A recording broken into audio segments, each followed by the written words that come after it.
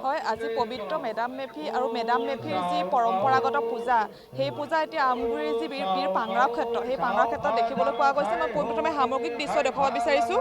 এই মুহূৰ্তত মই উপস্থিত আছোঁ আমগুৰিৰ বীৰ পাংৰাও ক্ষেত্ৰত আৰু এই পাংৰাও ক্ষেত্ৰত টাই আহোম ধৰ্মাৱলম্বী লোকৰ যি পৰম্পৰাগত মেডাম মেফি যি পূজা সেই পূজা এই মুহূৰ্তত ইয়াতে হোৱা দেখিবলৈ পোৱা গৈছে।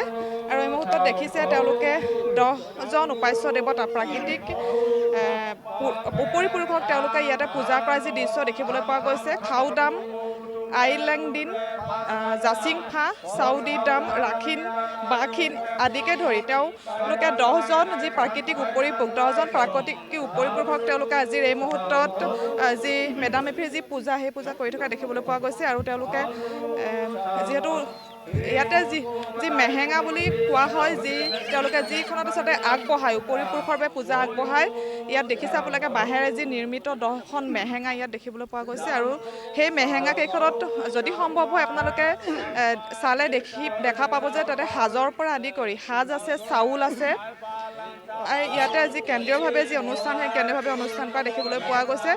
মই মুহূৰ্তত দেখুৱাই আছোঁ এই সামগ্ৰিক দৃশ্য। আৰু যিহেতু আজি পবিত্ৰ মেডাম মেফি আৰু আহোম ধৰ্মাৱলম্বী লোকসকলে আজিৰ দিনটোত উপৰি পুৰুষক যি সেৱা আগবঢ়ায় সেই আগবঢ়োৱাৰ সেই দৃশ্য এই মুহূৰ্তত আপোনালোকে দেখিছে। আৰু যি পৰম্পৰাগত পূজা মই ইয়াৰ যিসকল স্থানীয় লোক আছে মই তেওঁলোকৰ সৈতে কথা পাতিবলৈ যত্ন কৰোঁ। টাইপাৰ বিষয়ববীয়া আছে যিহেতু আপোনালোকে আজিৰ দিনটোত বীৰ পাংৰাও যি বঁটা সেই বঁটাও প্ৰদান কৰিব আৰু বীৰ পাংৰাও ক্ষেত্ৰতে পৰম্পৰাগত পূজা আয়োজন কৰা হৈছে বুলি কি ক'ব? হয় টাই আহোম যুৱ পৰিষদ অসম টাইপা আৰু কুমকুন খাও ফুৰালুং অসম আৰু আমগুৰিবাসী ৰাইজৰ সহযোগত আজি 5 দিনীয়াকৈ আমি ইয়াত মেডাম মেফি উদযাপন হৈ আছে। আজি 4ৰ্থ দিনাৰ কাৰ্যসূচী আমাৰ এয়া মেডাম মেফি আমাৰ আয়োজন হৈছে। অহা কাইলৈও হ'ব।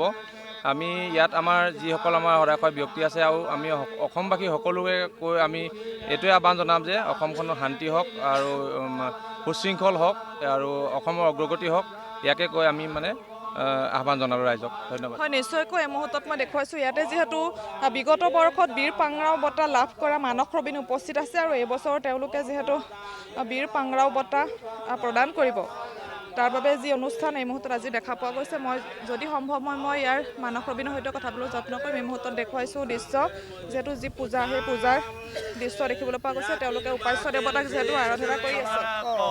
বৈমু চাও কাও পুৰা চাও নুৰু চাও কাও চাও নুৰু চাও কাও চাও নুৰু বকাই দি খোকাই মে খোকাই দি জাখৰ মাই এটা আছে না চেও পৰ্যু পুৰা।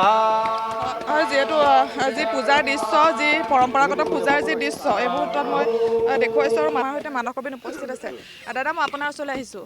যিহেতু বিগত বৰ্ষত আপুনি এই বঁটা লাভ কৰিবলৈ সক্ষম হৈছিল গতিকে কি ক'ব? আৰু যিহেতু পৰম্পৰাগত পূজাৰ অনুষ্ঠানত আজি আপুনি উপস্থিত আছে।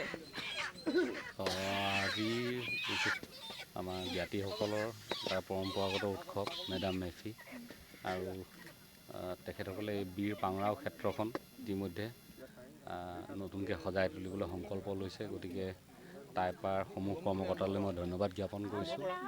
আৰু মই নিজে শিৱসাগৰৰ ল'ৰা এই বীৰজনাৰ ক্ষেত্ৰত আজি উপস্থিত থাকিবলৈ পাই ভাল পাইছোঁ। আৰু পাংৰাও মৈদামটো ভৱিষ্যতৰ দিনত কেনে হোৱাটো বিচাৰে এই ক্ষেত্ৰখন পাংৰাও ক্ষেত্ৰখন? এখন মানুহ আহিব পৰা আৰু বীৰজনাৰ কীৰ্তিখিনি গম পাব পৰা এটা অৱস্থালৈ আহিলে ভাল পাম। সেইখিনি হোৱাটোৱে বিচাৰিছোঁ কামনা কৰিছোঁ। নিশ্চয়কৈ ধন্যবাদ জনাইছোঁ। এই মুহূৰ্তত দেখিলে আপোনালোকে পূজাৰ যি পৰিৱেশ আৰু যিহেতু আজি পৰম্পৰাগতভাৱে টাইপাই মূলতঃ তেওঁলোকে এই পূজাৰ আয়োজন কৰিছে। আমাৰ সৈতে টাইপাৰ কেন্দ্ৰীয় বিষয়ববীয়া আছে। কি ক'ব যিহেতু এখন পাংৰাও ক্ষেত্ৰ হ'বলৈ গৈ আছে আৰু আপোনালোকে যি আচলতে প্ৰচেষ্টা অব্যাহত ৰাখিছে গতিকে এই মুহূৰ্তত কি ক'ব? বীৰ পাংৰাও ক্ষেত্ৰ ইতিমধ্যে অন্যান্য অনুষ্ঠানে প্ৰতিষ্ঠানে সকলোতে অস্থায়ীকৈ হ'লেও বীৰ পাংৰাও ক্ষেত্ৰ আগৰ পৰাই চলি আহিছে। কিন্তু পাৰ্মানেণ্ট পাংৰাও ক্ষেত্ৰ হিচাপে গঢ় দিবৰ কাৰণে যিটো আমি প্ৰচেষ্টা আগবঢ়াইছোঁ আৰু যিটো ৰাইজৰ যিটো আমাৰ সহায় যে আজি এই অনুষ্ঠানটো বা এই 5 দিনীয়াকৈ হৈ থকা যি অনুষ্ঠানটোত যিটো সহায় জনাইছে এই জনোৱাৰ কাৰণে আমি অশেষ ধন্যবাদ জ্ঞাপন কৰিছোঁ। আৰু ভৱিষ্যত এই পাংৰাও ক্ষেত্ৰখন এখন মানে পৰ্যটকস্থলীলৈ যে ৰূপায়িত কৰিব পাৰি তাৰ ক্ষেত্ৰত আমি যথেষ্ট আমি ব্যৱস্থা কৰিছোঁ। এই ইতিমধ্যে আপোনালোকে জানিছে যে এই আজিৰ অনুষ্ঠানতে আমি পাংৰাও বঁটা প্ৰদান কৰিম। ইতিমধ্যে পাংৰাও বঁটা আগত যিসকল প্ৰাপক আছিল তেখেতলোকৰ ভিতৰত ধৰি লওক আজি আমাৰ মাজত মানস ৰবিন ডাঙৰীয়া আমাৰ মাজত উপস্থিত আছে। আৰু ইয়াৰ আগতে আমাৰ অজিত কুমাৰ ভূঞা ছাৰেও ইতিমধ্যে ৰাজ্যসভাৰ সাংসদ তেখেতে পাইছিলে। হৈ আছিল টাইপাৰ মন্তব্য আৰু যিহেতু আজি তেওঁলোকে এইদৰে পৰম্পৰাগতভাৱে যি আচলতে পূজা সেই পূজাৰ আয়োজন কৰাৰ লগতে গতবাৰ বৰ্ষত পাংৰাও বঁটা সাংসদ অজিত কুমাৰ ভূঞাই লাভ কৰিছিল, মানস ৰবিনে লাভ কৰিছিল, এইদৰে কেইবাজনো পাংৰাও বঁটা লাভ কৰিছিল আৰু এইবছৰ তেওঁলোকে যোগেন মোহনক পাংৰাও বঁটা দিবলৈ স্থিৰ কৰিছে। আৰু যি পৰিৱেশ মই এই মুহূৰ্তত দেখালোঁ, এইদৰে এতিয়া পৰম্পৰাগতভাৱে যি আচলতে বীৰ পাংৰাও বঁটাৰ অনুষ্ঠানৰ লগতে যি পৰম্পৰাগত পূজা সেই মেডাম মেফি পূজা ইয়াত আয়োজন কৰা দেখা গৈছে।